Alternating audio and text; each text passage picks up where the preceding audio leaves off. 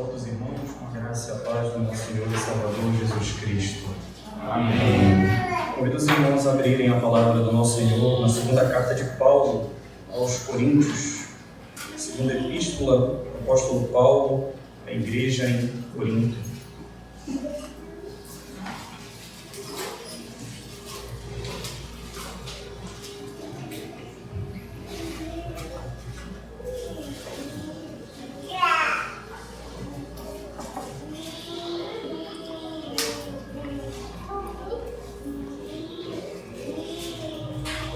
Faremos a leitura do verso 1 ao verso 11.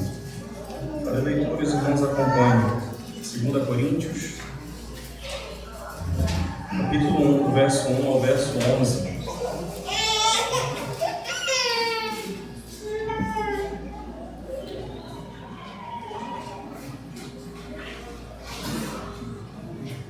Diz assim, meus irmãos, a palavra do nosso Senhor. Paulo, apóstolo de Cristo Jesus pela vontade de Deus, e irmão Timóteo, a igreja de Deus que está em Corinto, e a todos os santos de toda a Acaia. Graça a vós outros e paz, da parte de Deus nosso Pai e do Senhor Jesus Cristo. Bendito seja o Deus e Pai de nosso Senhor Jesus Cristo, e Pai de misericórdias, e Deus de toda a consolação.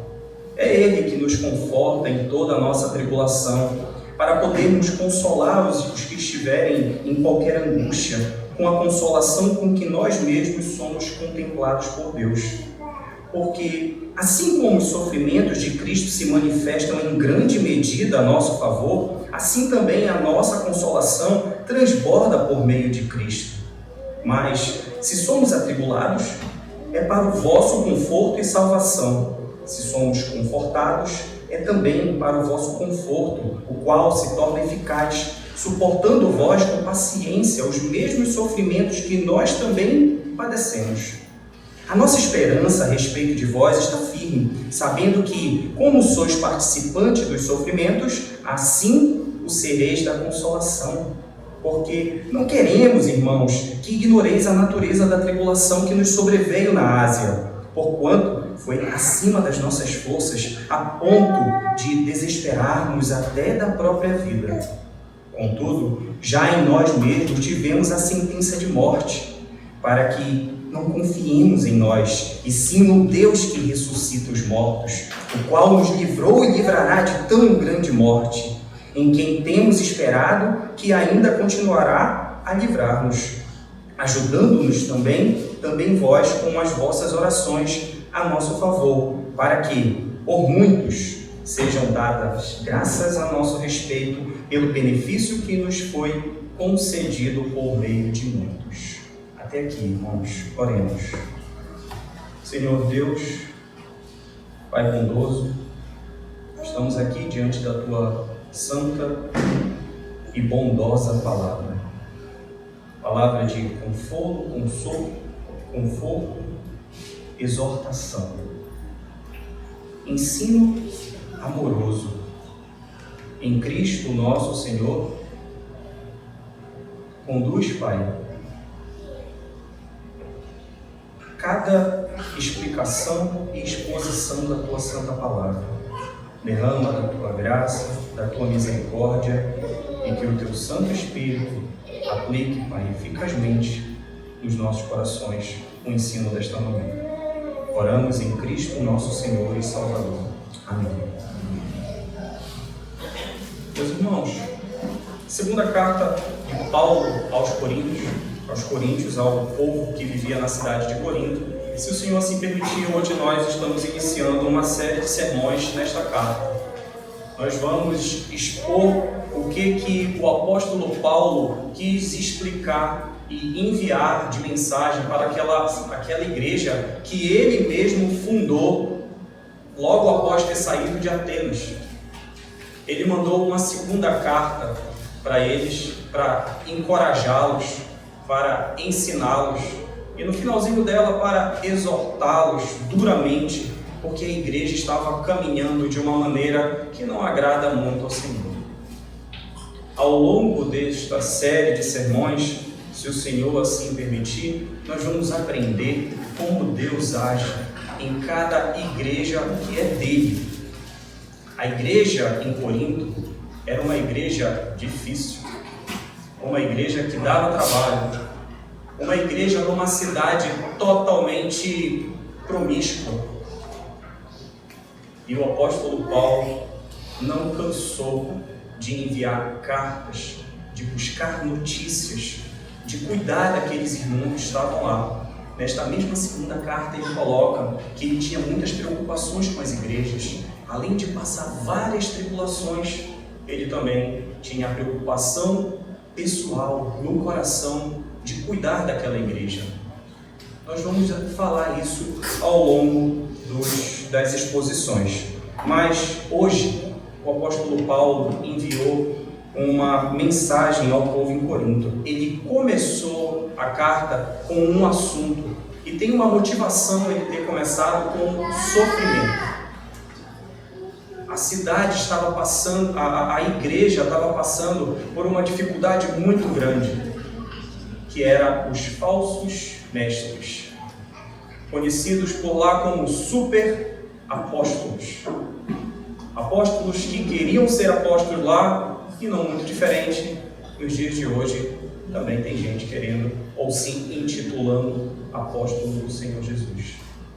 E ele precisava combater, porque além de se intitularem apóstolos, melhores do que o apóstolo Paulo, eles estavam tentando desconstruir o ensino do apóstolo dentro daquela igreja, e algo precisava ser feito.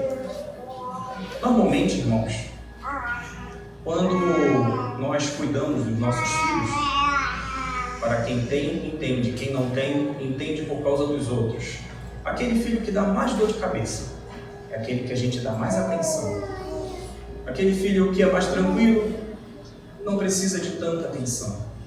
Mas aquele que dá mais trabalho, nós estamos ali constantemente conversando, orientando, exortando, tentando trazer para perto. O mais esquecido até sente ciúme, né? Poxa, nem olha para mim, olha só para o outro que dá tanta dor de cabeça. Essas lutas aconteciam e acontecem nos dias de hoje. E a igreja em Corinto, como um bom filho do apóstolo Paulo, estava dando dor de cabeça. Não à toa que ele escreveu várias correspondências para aquela igreja com a intenção de cuidar daquelas ovelhas. E aquela igreja que foi plantada ali na região da Caia, ela estava com problemas. Os mesmos problemas que hoje o Mindu passa, que hoje a igreja de todos os lugares passa. Para fins didáticos, meus irmãos, começaremos a exposição com um pequeno panorama geral relacionado a cada período. O que eu quero explicar com isso? O versículo 1 ao 11 vai falar sobre sofrimento. E para que a gente entenda a motivação do sofrimento, eu vou dar um panorama geral a respeito do sofrimento naquele período. A carta tem muitos outros assuntos. É nessa carta aqui que o apóstolo Paulo fala sobre o terceiro céu. Mas não é motivação para a explicação de hoje. Nessa carta também, quem tem liberdade para fazer as coisas, está nessa carta. A letra mata, mas o Espírito vivifica. Também está nesta carta. Alguns assuntos que são considerados polêmicos e que muitas interpretações levaram muitas igrejas para longe do Evangelho verdadeiro. Então é dentro dessa carta, hoje, que nós vamos começar a trabalhar, entendendo o contexto do sofrimento naquele período. O apóstolo Paulo escreve essa carta com a intenção de defender o seu apostolado. Tinham falsos apóstolos ali dentro da igreja em Corinto, desconstruindo tudo que ele deixou ensinado.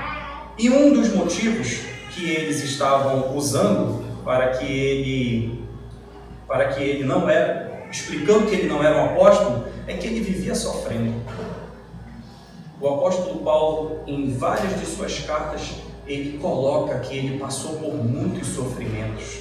Então ele precisava defender o seu apostolado, defender o ministério, porque a igreja estava se deixando influenciar por esses homens. É interessante que há 7 dias atrás, reverendo Edmilson estava aqui e uma das falas dele foi justamente que nós devemos estar atentos àquilo que nós ouvimos deste público. Nós, como igreja local, não se deixar influenciar por algo que esteja fora do Evangelho. E isso só vai acontecer se nós estivermos alerta. E a igreja em Corinto parece que não estava tão em alerta assim. Essa querida igreja que foi plantada pelo apóstolo Paulo na sua segunda viagem problemática, na viagem missionária, ela era problemática. Mas ele não desiste, ele insiste, ele orienta, ele envia as correspondências. E aí, uma das coisas que esses falsos profetas argumentavam contra o ministério do apóstolo era que ele tinha uma forte rejeição dos seus contemporâneos judeus. Os judeus não gostavam do apóstolo Paulo. Igreja, vocês estão ouvindo esse cara aí? Os próprios compatriotas dele não querem saber dele. Ele é rejeitado. Qual é a autoridade que esse cara tem? Ou seja, o conceito de serviço ao Senhor passava pela ideia de uma vida próspera, ausente de dificuldades. Ele é rejeitado, ele vive sofrendo. Isso aí não bate com o Evangelho. Esses homens, eles entendiam que um discípulo do Senhor Jesus não participa dos sofrimentos e angústias. A tal da teologia da prosperidade. Todos nós ouvimos isso. Se é crente, é rico. Parece que quando, na verdade, o cerne do cristianismo é uma vida de renúncia, uma vida de disposição em participar do sofrimento de Cristo. Muitas vezes nós só queremos as benesses, as coisas boas. O sofrimento a gente deixa para outra pessoa. Mas no cristianismo não tem espaço para isso. E o apóstolo Paulo deixa isso muito bem claro. De fato, o apóstolo Paulo sofreu. No capítulo 12, versículo 25, ele diz que ele foi apedrejado. Capítulo 12, versículo 23, ele foi preso. No versículo 24, ele foi rejeitado, açoitado. Versículo 26, teve diversos perigos.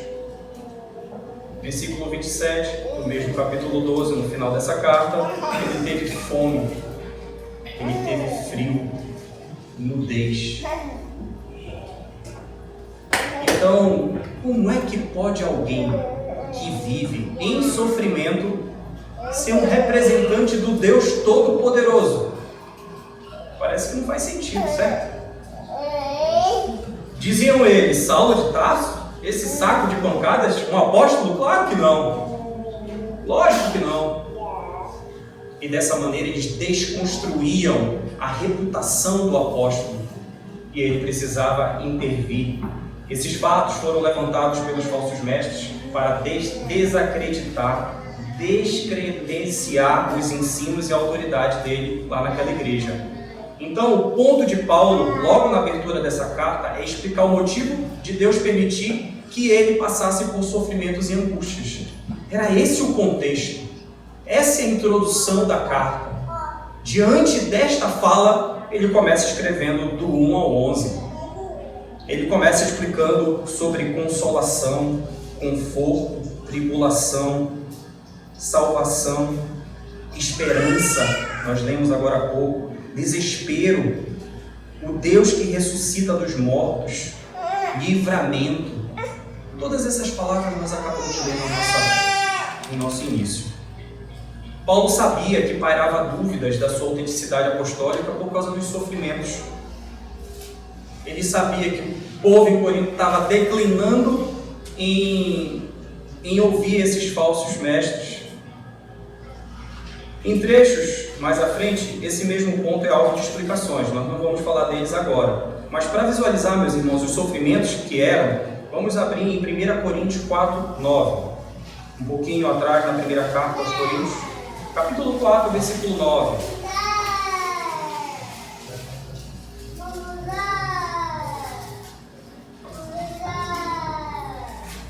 Olha só os sofrimentos que o apóstolo Paulo tinha passado.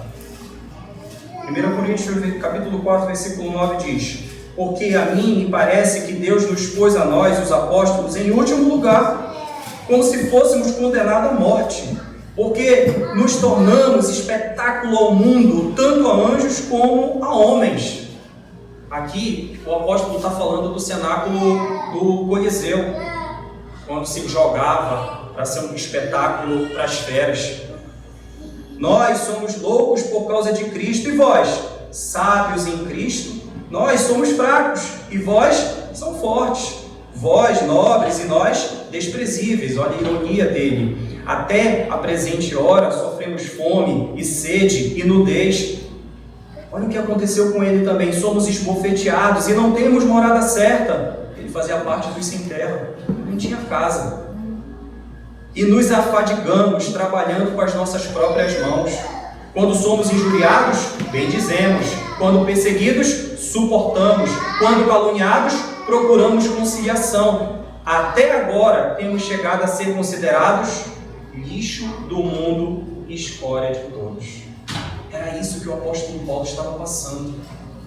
Ele era lixo do mundo, ele era escória de todos. 2 Coríntios, capítulo 6, versículo 4. Olha uma outra lista de sofrimentos e tribulações do nosso irmão. 2 Coríntios, capítulo 6, versículo 4. Voltando para a carta desta manhã. Pelo contrário, o motivo de escândalo, que está no versículo 3. Pelo contrário, em tudo, recomendando-nos a nós mesmos como ministros de Deus.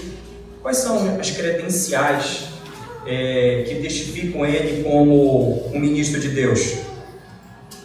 Na muita paciência, nas aflições, nas privações, nas angústias, nos açoites, nas prisões, nos tumultos, nos trabalhos, nas vigílias, nos jejuns, na pureza, no saber, na longanimidade, na bondade, no Espírito Santo, no amor não fingido, na palavra da verdade, no poder de Deus, pelas armas da justiça, quer ofensivas, quer defensivas. Outra credencial, por honra e por desonra, por infame e por boa fama, como enganadores e sendo verdadeiros, como desconhecidos e entretanto bem conhecidos, como se estivéssemos morrendo e contudo eis que vivemos, como castigados, porém não mortos, entristecidos, mas sempre alegres, pobres, mas enriquecendo a muitos, nada tendo, mas possuindo tudo. Outra lista que o apóstolo Paulo, de sofrimentos, de angústia. Era essa a vida do apóstolo Paulo. 2 Coríntios 11, 23, um pouquinho mais à frente, outra lista de sofrimentos. 11, 23, a partir do versículo 23. São ministros de Cristo? Falo fora de mim. Se esses homens aí, se esses apóstolos que estão aí dentro são ministros de Cristo, ele está falando, eu ainda mais. Em trabalhos, muito mais em prisões, em açoites, sem medida, em perigos de morte, muitas vezes. 5 vezes recebi dos judeus uma quarentena de açoites, menos um. Fui 3 vezes fustigado com varas, 1 vez apedrejado. Em naufrágio, 3 vezes. Uma noite e um dia passei na voragem do mar, o mar revolto.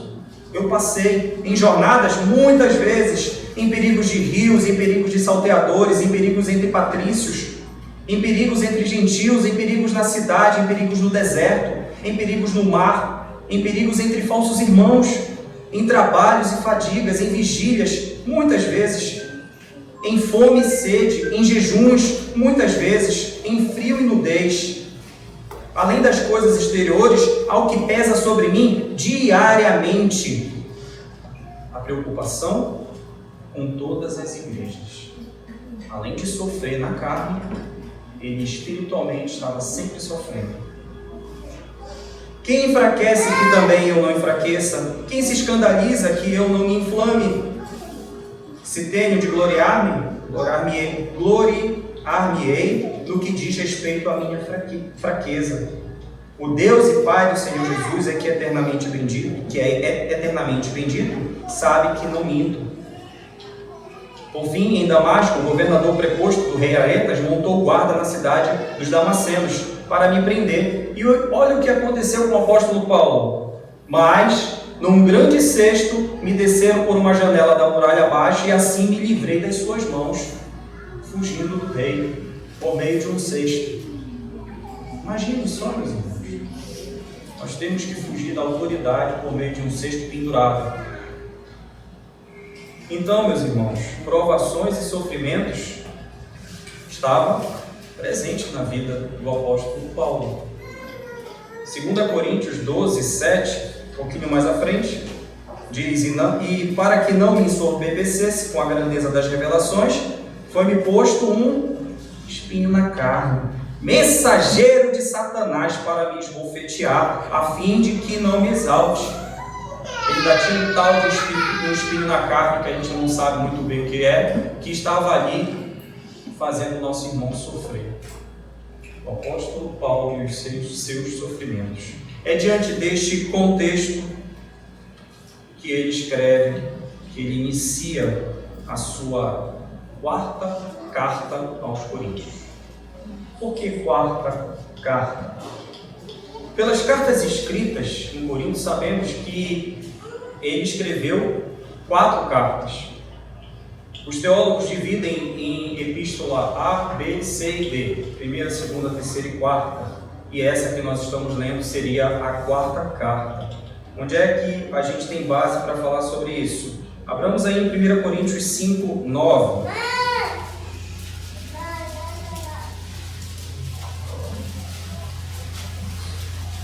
Quando ele escreve a primeira carta, na primeira carta ele diz: já em carta vos escrevi que não vos associasseis com os impuros. Ou seja, essa primeira carta é a segunda, ou pelo menos a segunda. A primeira se perdeu. Ele orientou como a igreja deveria fazer. A primeira carta seria a segunda, é o que a gente tem como 1 Coríntios. Abramos em 2 Coríntios 2, voltando para o nosso texto, 4.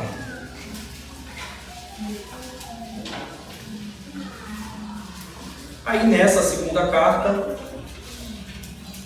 que é a 4ª, ele diz: porque no meio de muitos sofrimentos e angústias de coração, vos escrevi, com muitas lágrimas, não para que ficasseis entristecidos, mas para que conhecesseis o amor que vos consagra em grande medida. Os teólogos chamam essa carta que se perdeu, onde está o segundo, no capítulo 2, versículo 4, como uma carta severa. É uma carta pesada. O povo estava muito distante da palavra. O apóstolo Paulo escreveu uma terceira correspondência.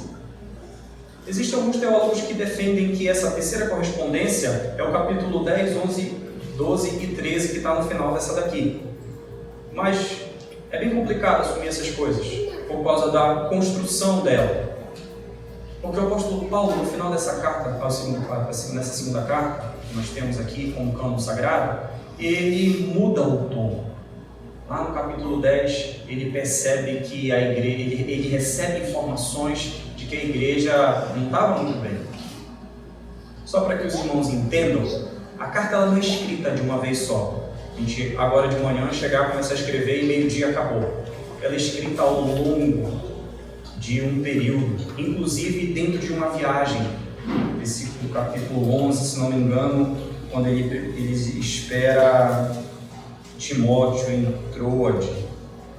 Então, há na própria carta uma mudança de localidade na escrita.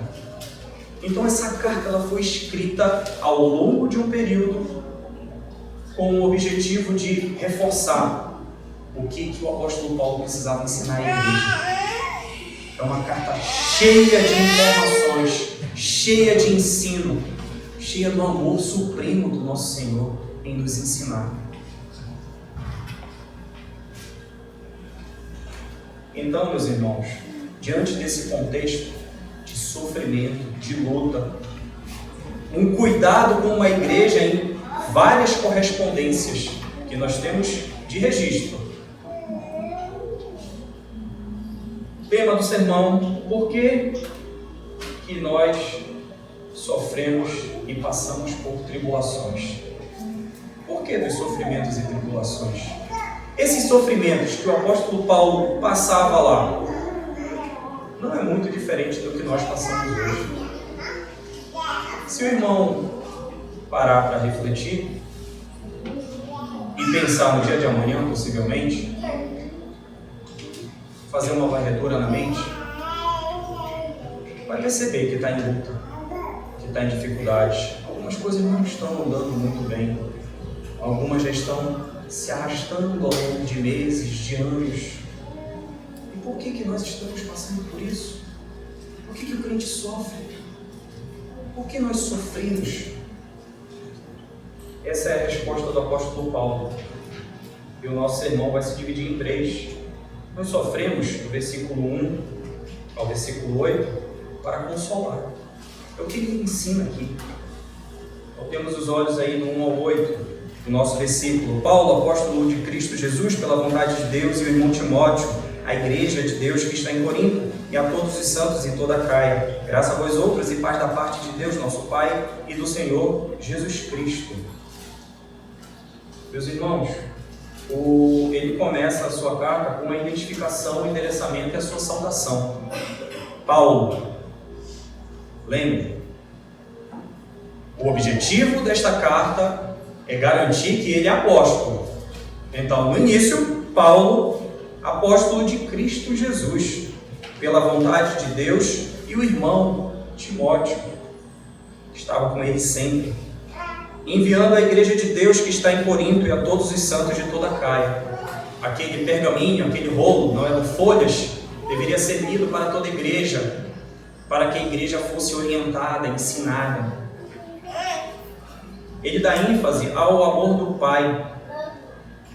Observe o versículo 3: Bendito seja o Deus e Pai de nosso Senhor Jesus Cristo, o Pai de misericórdias e Deus de toda consolação. No meio dessas lutas e tribulações, olha o nosso Deus de consolação.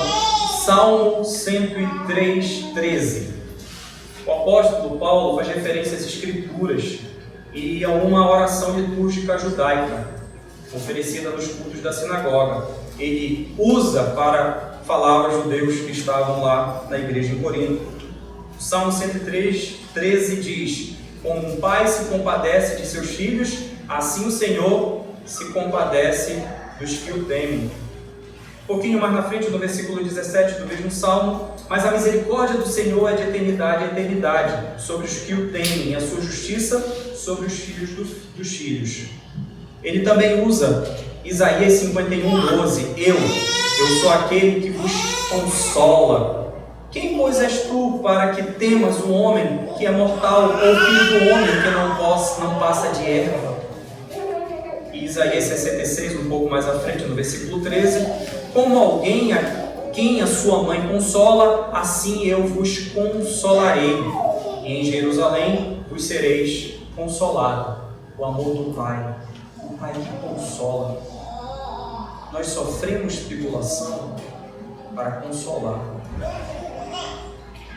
Com todo esse contexto de sofrimento em mente, no corpo também, açoites, levou 3 vezes açoites. Deve lembrar. A gente que leva um cinturão nas costas dos nossos pais, a gente grava, saudou com ternura, compreensão do amor de Deus. Imaginem só, irmãos, ele passa por tudo isso que a gente acabou de ler: sofrimento, angústia, açoite, e ele se reporta ao Senhor com amor. O Senhor Deus, o Pai de misericórdia, o Deus de toda consolação. Percebam, não tem rancor, não tem tristeza, não tem mágoa com Deus. Quando nós passamos uma dificuldadezinha, poxa, Senhor, eu de novo? A gente chuta o pau da barraca, não está me olhando. O apóstolo Paulo, que passou por tudo isso, dificilmente algum dos irmãos que estão aqui hoje dentro desse templo passaram pelo que o apóstolo Paulo passou. Eu acredito que não, mas não bato com certeza. Dificilmente alguns irmãos passaram por isso. Muito provavelmente não. Mas ele, com amor, se reporta ao Pai, sem rancor, sem senso de injustiça. Poxa, Senhor, falo da Tua palavra, prego no meu trabalho, o Senhor nem me deu aquele emprego que eu sonhava. O Senhor é injusto. Na menor das angústias, nós viramos as costas para o Senhor. Na menor das angústias. Observem que essa atitude se completa no versículo 4. O versículo 4 diz: é Ele que nos conforta em toda a nossa tribulação. Qual o objetivo de nos confortar? Para podermos consolar os que estiverem em qualquer angústia, com a consolação com que nós mesmos somos contemplados por Deus. Meus irmãos, Paulo observa que o Deus de todo conforto continuamente o conforta, e a todos os outros que estão sofrendo. Se tem alguém que poderia, com empatia, enxergar a situação de um cristão em ter que suportar a aflição, esse homem é o apóstolo Paulo. Ele sabe que é sofrer. Não tanto quanto o nosso Senhor Jesus. Mas pela lista que nós acabamos de ler, ele já havia experimentado e continuava a experimentar sofrimentos por causa do seu chamado para proclamar as boas novas do nosso Senhor Jesus. Continuava sofrendo. Não acabou. Não acabava o dele, não acaba o nosso. E aí, o que fazer? Meus irmãos, em sua peregrinação à cidade celestial, Paulo aprendeu e nos ensinou que faz parte dos eternos decretos de Deus a aflição e as angústias dos seus filhos. Essas lutas fazem parte do projeto de salvação dos pecadores. As nossas lutas fazem parte do plano perfeito de Deus. Ainda que a gente não aceite, ainda que a gente não queira, mas o Senhor Deus continua governando e controlando. Paulo sabe que Deus não só conforta e sustém em sua situação angustiante, como também lhe dá tanto a capacidade como a responsabilidade de consolar que outros sofram essas aflições. Nós somos consolados para consolar. O Senhor Deus derrama tamanha graça sobre as nossas vidas e a gente se fecha no nosso mundinho. Sequer perguntamos como o irmão ao lado passou a semana, quais são as lutas de cada um. Esquecemos de perguntar, de se relacionar, de agradecer. Muitas vezes nós não fazemos isso. Observem como os sofrimentos que passamos contribuem para o consolo. Versículo 5. Porque assim como os sofrimentos de Cristo se manifestam em grande medida a nosso favor, assim também a nossa consolação transborda por meio de Cristo. Versículo 6. Mas se somos atribulados, é para o vosso conforto e salvação. Se somos confortados, é também para o vosso conforto, o qual se torna eficaz, suportando vós com paciência os mesmos sofrimentos que nós também padecemos. Em resumo, vocês sofrem, a gente sofre, vocês sofrem, e juntos a gente se abraça e segue o reino do Senhor. Mas em dias tão egoístas, a gente nem pergunta para ninguém, a gente pensa no nosso. Deus, meus irmãos, cuida de cada um de nós. Deus cuida dos enlutados, por exemplo. Lamentações de Jeremias, capítulo 3, versículo 32, diz assim: pois ainda que entristeça alguém, usará de compaixão, segundo a grandeza das suas misericórdias. Versículo 33, porque não aflige nem entristece de bom grado os filhos dos homens. Deus consola os enlutados. Aqueles que estão pesados, Deus também consola. Meus irmãos, eu não sei qual é a luta de vocês. Não faço ideia das tribulações que os irmãos estão passando. Mas Deus sabe. Ele consola. Ele conforta. Às vezes a gente até luta para não querer aceitar a tribulação. Não quero, não aceito, não concordo. Calma. Vai doer um pouco. O Senhor Deus está lapidando. Dói, meus filhos. Dói. Salmo 116 diz, versículo 8, pois livraste da morte a minha alma, das lágrimas os meus olhos, da queda os meus pés. O Senhor Deus livra. Ele nunca falha. Mateus 5, 4, o texto conhecido do Sermão do Monte, bem-aventurados os que choram, porque serão consolados. Outro aspecto que nos ensina nesta manhã do porquê sofremos está no fato de que a consolação e o conforto daqueles que estão em aflição, daqueles que estão em ansiedade, naqueles que estão necessitados, é um aspecto essencial da relação humana. Está relacionado com o nosso dia a dia. As Escrituras declaram que Deus conforta o seu povo em tempos de aflição. Abramos em Jó, capítulo 2, versículo 11, por gentileza.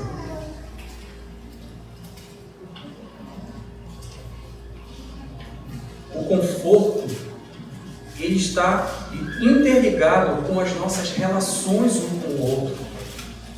Precisamos nos relacionar, perguntar, orar um pelo outro, ter um interesse vivo.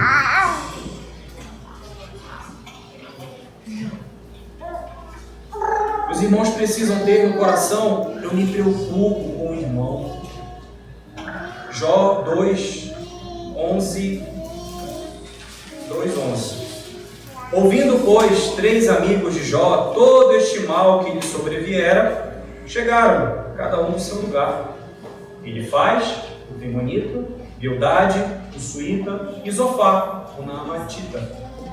E combinaram ir juntamente condoer-se dele e consolá-lo. Longe, bem distante,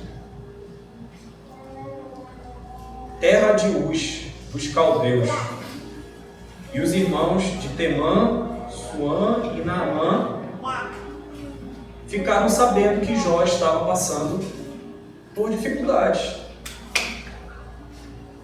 Essa informação chegou lá via WhatsApp, possivelmente instantânea naquele período. E eles foram lá, temos que ir. Os irmãos saíram da sua cidade para ir condoer-se e consolar o amigo Jó. Hoje a gente sequer pega o carro para atravessar a cidade lá no Ponta Negra. É longe, é um trânsito. Tem que ter um relacionamento. O consolo que Deus tem nos dado, nós precisamos também fazer o mesmo. Isaías 66, versículo 13.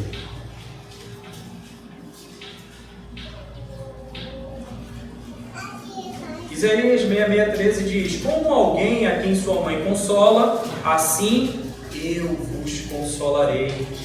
E em Jerusalém vós sereis consolados. O próprio Deus vai consolar, meus irmãos. 1 Tessalonicenses 2:11.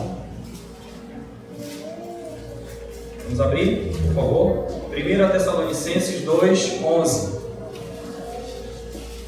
Olha o que o apóstolo Paulo escreveu ao povo em Tessalônica.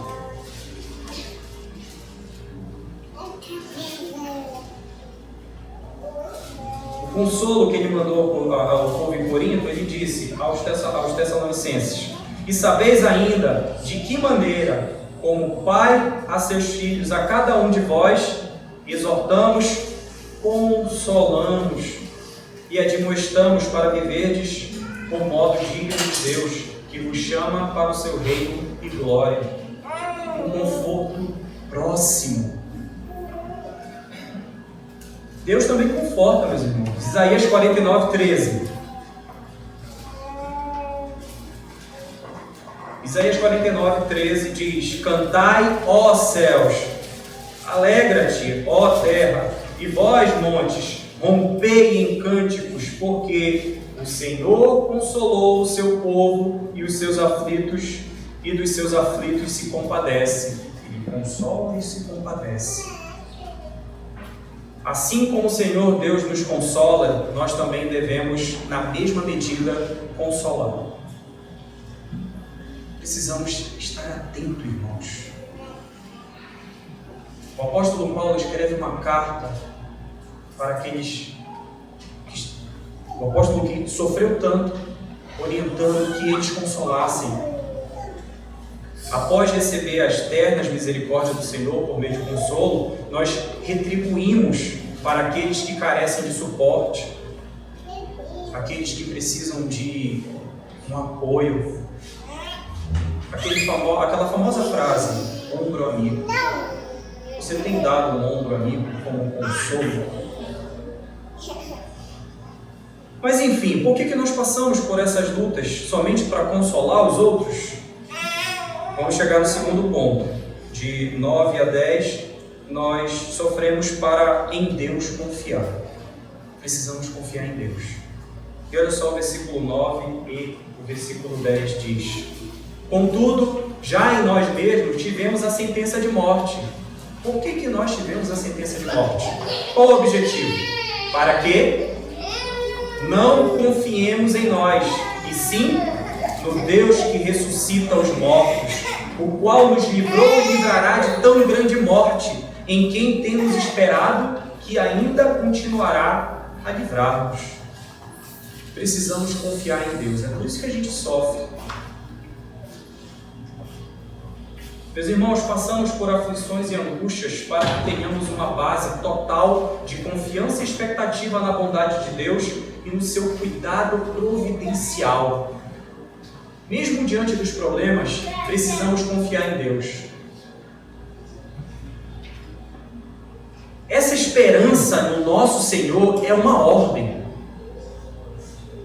Abramos em Salmo 131, 3.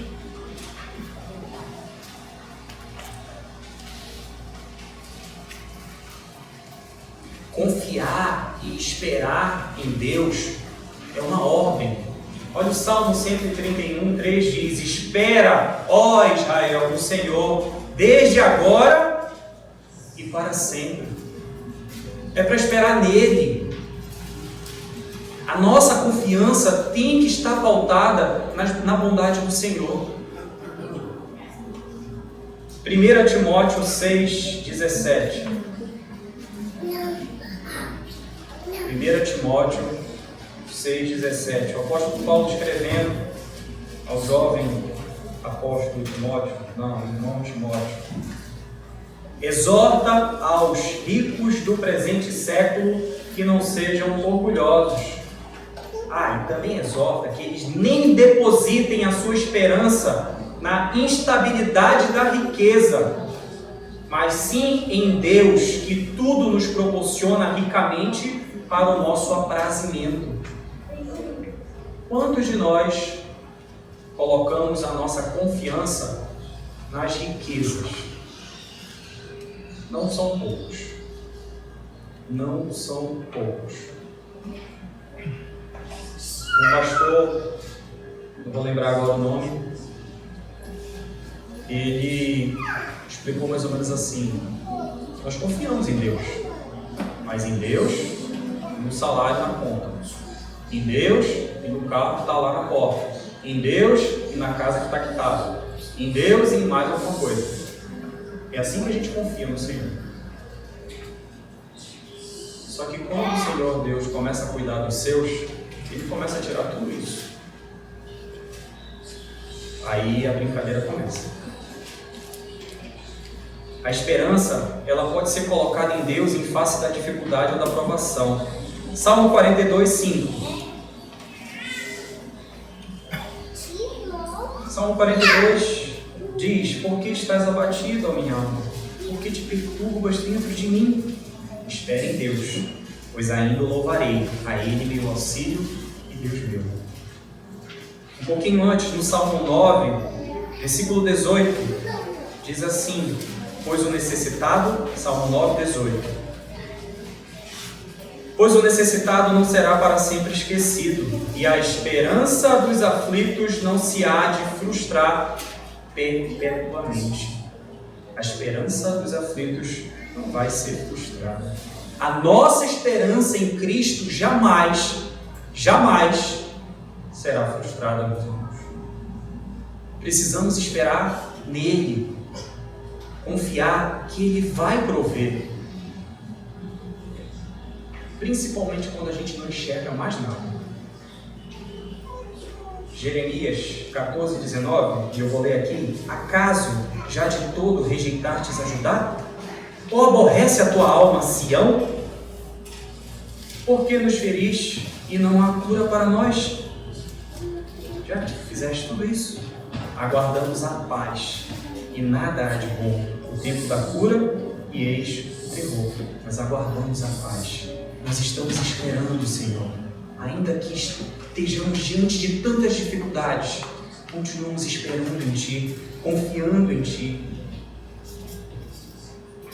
Destes versos também extraímos o resultado de esperar em Deus. Quando nós esperamos em Deus, o salmista diz, 146, 5: bem-aventurado aquele que tem o Deus de Jacó por seu auxílio, cuja esperança está no Senhor seu Deus. Nós somos bem-aventurados quando nós esperamos em Deus. Jó 11, versículo 18: sentir-te-ás seguro, porque haverá esperança. Olharás em derredor e dormirás tranquilo. A gente consegue dormir tranquilo no meio das dificuldades? Muitos não.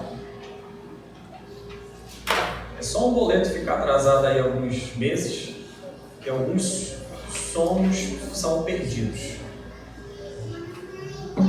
Mas isso não é o único problema. Salmo 147, aquele que espera no Senhor, Salmo 147, 11 diz: agrada-se o Senhor dos que o temem e dos que esperam na sua misericórdia. O Senhor se agrada daqueles que esperam nele. Aqueles que confiam em Deus, o Senhor se agrada. Nós sofremos, meus irmãos, para confiar em Deus. 1 Timóteo 4, 10 diz: ora, é para esse fim que labutamos e nos esforçamos sobremodo, porquanto temos posto a nossa esperança no Deus vivo, Salvador de todos os homens, especialmente dos fiéis. Nossa esperança está no Deus vivo. Onde nós estamos depositando a nossa confiança? Em carros? Em cavalos? Meus irmãos, confiar no Senhor nos leva a resultados específicos. Salmo 37, 9 diz que porque os malfeitores serão exterminados, mas os que esperam no Senhor possuirão a terra. Confiar no Senhor, os que confiam no Senhor possuirão a terra. Isaías 40, 31 diz que os que esperam no Senhor renovam as suas forças. Romanos 15, 13 diz que o Deus da esperança vos encha de todo gozo e a paz no vosso crer. Para quê? Para que sejais ricos de esperança no poder do Espírito Santo. Salmo 71 diz que nós louvaremos mais e mais aquele que confiar no Senhor. Romanos 5, 2 diz que por intermédio de quem obtivemos igualmente acesso pela fé a esta graça, na qual estamos firmes e gloriamos-nos na esperança da glória de Deus. Nós vamos ter acesso a essa graça. Existem várias consequências da confiança no Senhor. O povo em Corinto que não estava mais ouvindo o apóstolo Paulo, estava dando atenção para falsos profetas. Vocês estão em tribulação? Vocês estão vendo pelo que eu passo? É para consolar vocês. Atenção. Romanos 5,5 diz: ora, a esperança não confunde, porque o amor de Deus é derramado em nosso coração pelo Espírito Santo que nos foi outorgado. A esperança não confunde, meus irmãos. Na luta que os irmãos estão andando, se afastar da igreja não é opção. Não é opção. Nas nossas lutas e dificuldades, o primeiro lugar que a gente deixa de ir é a igreja. Quando aperta financeiramente, o primeiro lugar que a gente deixa de devolver é para a igreja. O primeiro lugar onde a gente corta é na igreja. No templo, na doação, no serviço. Não dá. A esperança não confunde. 2 Coríntios 10,5, um pouquinho mais à frente da nossa carta de hoje: não nos gloriando fora de medida nos trabalhos alheios, e tendo esperança de que, crescendo a vossa fé, seremos sobremaneira engrandecidos entre vós, dentro da nossa esfera de ação. Engrandecidos. O trabalho vai ser reconhecido daquele que espera e que confia no Senhor. Pastor Silas Campos, pastor batista, que era presidente do Ministério Fiel, ministério muito abençoado pelo Senhor, em certa pregação, ele pregando no Salmo 2, foi com todo o gás plantar uma igreja lá na região de São Paulo, onde hoje é a igreja, acredito que ele está lá. E ele disse que ele foi com todo o gás, confiando no Salmo 2, para encher aquela igreja de gente. Passou um ano, ninguém. 2 anos, nada. 3 anos, nenhum batismo. Ele começou a pensar: o que está errado? Fiz todo o dever de casa, todo o planejamento perfeito. Não tem nada errado, é para dar certo. É para encher essa igreja de gente. A confiança dele, e ele falando em Salmo 2, a confiança dele estava nele, no planejamento. O irmão ficou 3 anos no trabalho, até o Senhor Deus, palavras dele, cortar as pernas dele, envergá-lo de uma maneira que ele reconheceu que ele estava em ele. Poucos de nós voluntariamente fazemos isso. Outra consequência, 2 Timóteo 2,25, a respeito de quem confia no Senhor: nós passamos por tribulações para confiar no Senhor, e a consequência é que, disciplinando com a mansidão os que se opõem, na expectativa de que Deus lhe conceda não só o arrependimento para conhecerem plenamente a verdade. Nós nos arrependemos e conhecemos plenamente a verdade quando nós confiamos no Senhor. Não em carros, não em cavalos. Meus irmãos, das mais variadas formas, nós somos acometidos por sofrimentos e angústias. Nossas lutas são com nossos filhos. Desobediência. Lutamos, sofremos. Nossas lutas talvez pode ser o desemprego, a falta de trabalho, dívidas tiram o sono, escassez de alimento, uma despensa vazia dói o coração. Rejeição, meus irmãos. Às vezes somos rejeitados. Hoje em dia, tornou-se algo muito delicado excluir alguém de um grupo do WhatsApp. Parece que bateu aqui, né? Acabou. Qualquer que seja o motivo. Mas hoje em dia é visto como uma rejeição, como uma afronta, ou não ser convidado para um café. Foi todo o grupo, menos o irmão X.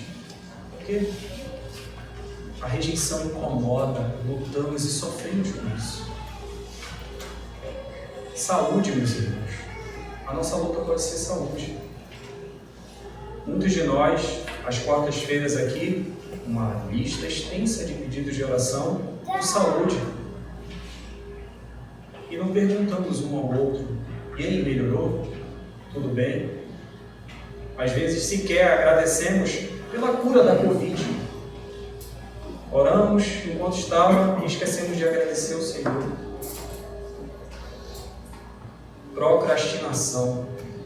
Quantos de nós não lutamos com isso?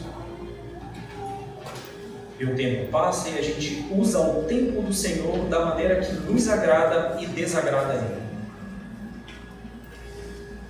Meus irmãos, todos nós temos lutas. E podemos e devemos, é responsabilidade nossa, consolar, apoiar. Percebeu que o irmão é um procrastinador nato e você já passou por isso? Consola, orienta, ensina, passa ferramentas. Aqueles que podem, o irmão está endividado, apoia. Mas a gente nunca vai saber, porque essa relação é perdida. Um dos motivos da plantação dessa igreja é uma igreja pequena, uma igreja onde a gente possa saber o nome de cada um, ter relacionamento. Vem as coisas boas do relacionamento e junto vem os problemas de todo mundo. Afinal, somos família de Cristo, somos irmãos. O verso 8, meus irmãos, nos mostra que em meio às lutas do apóstolo, ele se desesperou da própria vida. O teólogo João Calvino nos ajuda a interpretação desse versículo da seguinte maneira, como se Paulo estivesse dizendo: de modo que cheguei a pensar que a minha vida já estivesse perdida, ou pelo menos que pouca esperança me restava. Senti como se tivesse sido trancado em uma prisão, sem a mínima possibilidade de escape. Eu não tenho mais o que fazer. Nessa luta, nessa angústia, o que eu vou fazer? Confiar em Deus. Confiar no Senhor. Podemos ter certeza, meus irmãos, que toda e qualquer força humana diante da morte vacila e teme. Ele não tinha mais o que fazer. Mesmo o mais santo servo de Deus precisa sentir-se ameaçado por um tal colapso das forças humanas para que reconheça suas próprias fraquezas e passe a depender inteira e unicamente de Deus. Ainda que seja o mais santo, ele precisa confiar no Senhor. Ao desesperar-se, Paulo quer dizer apenas que ele estava sucumbindo em meio às dificuldades. Ele estava ali angustiado. É o que a gente leu no versículo 8, é o que ele está dizendo para os coríntios. Nossa confiança carnal, meus irmãos, que nos ensoberbece, é tão obstinada. A nossa confiança na nossa carne, ela é tão incansável, ela é tão persistente, que a única forma de destruí-la é cairmos em extremo desespero. Quando o Senhor Deus tira tudo, aí a gente vê que, Senhor, eu já não tenho mais nada, mas enquanto estiver uma poupança, um X reais lá, estou tranquilo, estou bem, confiando no Senhor, está lá, está guardado. Nossa carne, meus irmãos, ela é orgulhosa, ela é cheia de arrogância, cheia de soberba, ela não se rende voluntariamente, ela nunca cessa de ser atrevida. Enquanto ela não for fortemente constrangida, nós confiamos em nós, em nós, em nós. Meus irmãos, dificilmente seremos levados a uma verdadeira submissão enquanto não formos humilhados pela esmagadora mão de Deus. 1 Pedro 5, 6.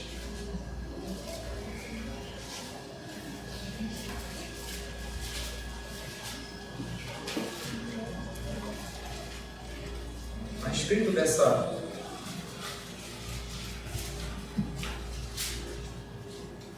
primeira Pedro 5, 6.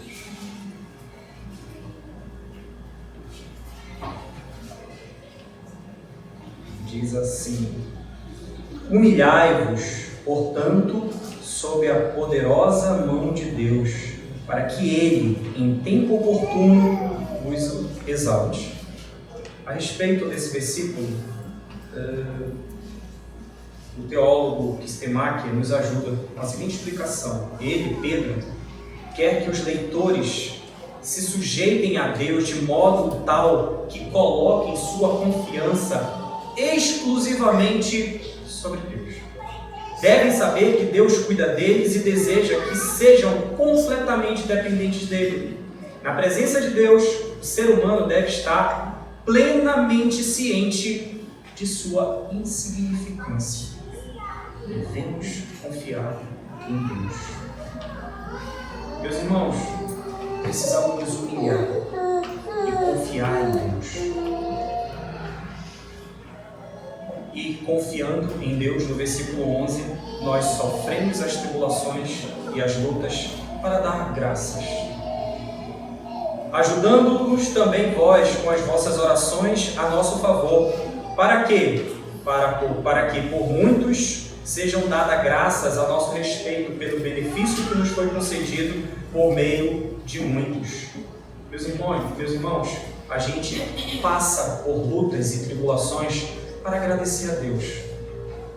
Depois que tudo cessou, a gratidão ela é diferente. Depois de cada caminhada, nós entregamos a Deus um coração agradecido, amadurecido. É dessa maneira que o apóstolo Paulo orienta a igreja. Caminhando para a nossa conclusão, desde a primeira infância até a terceira idade, nós buscamos, resguardamos e prezamos por nossa independência. Você tem que crescer e você tem que ser independente. Nós ensinamos isso para os nossos filhos. Falamos assim. Nós até realçamos a independência ligando a dignidade pessoal. Você tem que ter suas coisas porque é digno. Consideramos como dignas de louvor pessoas que são capazes de cuidar de si. Se você cuida de si, você é joia. O Novo Testamento, no entanto, nos ensina que espiritualmente somos parte do corpo de Cristo, no qual membros individuais cuidam uns dos outros. Você não é tão independente, você precisa de ajuda. Além disso, Deus quer que dependamos dele, confiando totalmente que ele satisfará todas as nossas necessidades espirituais e materiais, de acordo com as suas gloriosas riquezas em Cristo Jesus, conforme Filipenses 4,19. Assim, meus irmãos, nós, seus servos, devemos confiar nele sem falha, sem detença, sem delonga. É preciso, inclusive, estar disposto a morrer por Cristo, servindo a ele. Isso vai nos tirar da nossa zona de conforto. E eu trago aos irmãos, nessa conclusão, 2 exemplos. Pedro, em meio aos sofrimentos de cadeias, antes da sua execução agendada, Pedro passou a noite na prisão entre 2 guardas. E ele estava acorrentado com 2 correntes. O que ele estava fazendo? Está lá em Atos 12, 6 e 7. Enquanto os irmãos cristãos realizavam uma vigília de orações a seu favor, ele tinha confiança completa no Senhor e ele dormia tranquilamente. É o que diz o texto sagrado. Acorrentado, pronto para sofrer, e o homem dormia. Nos conta o relato bíblico que de fato ele dormia tranquilamente, pois o anjo teve que tocá-lo para poder acordar ele. Como eu falei agora há pouco, às vezes um boleto atrasado em 2 dias já tira o sono de muita gente. E um homem estava pronto para morrer, confiando no Senhor. O apóstolo Paulo é o segundo exemplo dessa conclusão. Deus ensinou a Paulo a lição de confiar completamente nele, quando Paulo enfrentou a morte e não via como escapar, e ele não tinha ninguém em quem confiar, senão em Deus. Seu desejo de independência humana foi tirado quando, às portas da morte, ele olhou para cima, para a face do Senhor. Senhor, não tenho mais o que fazer. Minhas forças não existem mais. Meus irmãos, Estemaque nos ajuda também que um discípulo de Cristo é realmente um gigante espiritual. O discípulo de Cristo é um gigante espiritual quando ele depende totalmente de Deus. Esta é a consequência da verdadeira fé, da comunhão íntima com o Senhor e da oração contínua oferecida a Deus pela pessoa e pelos nossos irmãos. Um gigante de Deus. Nós passamos por tribulações e lutas para nos tornarmos um gigante de Deus. Sofremos, meus irmãos, para consolar. Sofremos para em Deus confiar. Sofremos para graças dar. Com aplicação, convido os irmãos a abrirem 1 Pedro 5, 9 a 11. E aí, diante das nossas tribulações, por que nós sofremos? O que fazer? 1 Pedro 5, 9 a 11 diz assim: resistirem firmes na fé, certos de que sofrimentos iguais aos vossos estão se cumprindo na vossa irmandade espalhada pelo mundo. Ora, o Deus de toda graça, que em Cristo vos chamou à sua eterna glória, depois de ter sofrido por um pouco, Ele mesmo vos há de aperfeiçoar, firmar, fortificar e fundamentar. A Ele seja o domínio pelos séculos dos séculos. Amém. E precisamos também de Tiago 1, 2 a 4. Por que sofremos? Já que sofremos, o que fazer? Tiago 1, 2 a 4.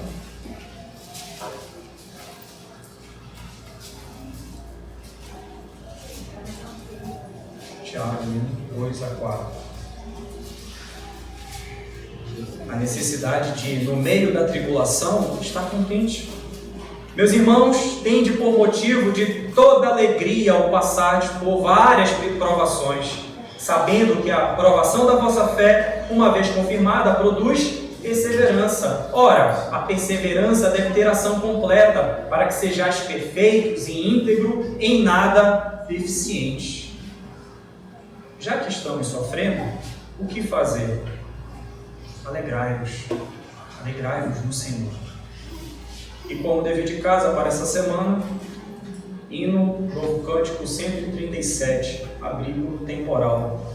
Refúgio forte é o Senhor, rochedo forte é o Senhor, refúgio na tribulação. Sim, Cristo é o nosso abrigo no temporal, na tentação e em todo mal. Sim, Cristo é o nosso abrigo no temporal, Ele é refúgio na tribulação. Oremos, irmãos. Senhor Deus, te agradecemos, Pai, por tua santa palavra. Te agradecemos por teu cuidado, teu consolo, teu conforto concedido, Pai, a cada um de nós. Teu consolo concedido, Senhor Deus, à tua igreja. Ajuda-nos, Senhor, a usar desse consolo, desse conforto para consolar uns aos outros, para nos preocuparmos, Pai, um com o outro, para agirmos, Senhor, e descruzarmos os braços. Perdoa os nossos pecados, Senhor. Concede à tua igreja essa confiança plena em ti, Senhor. Que não venhamos a confiar em nós, em carros, em cavalos, mas sim confiar tão somente em teu bondoso guiar. No nosso Senhor Jesus Cristo.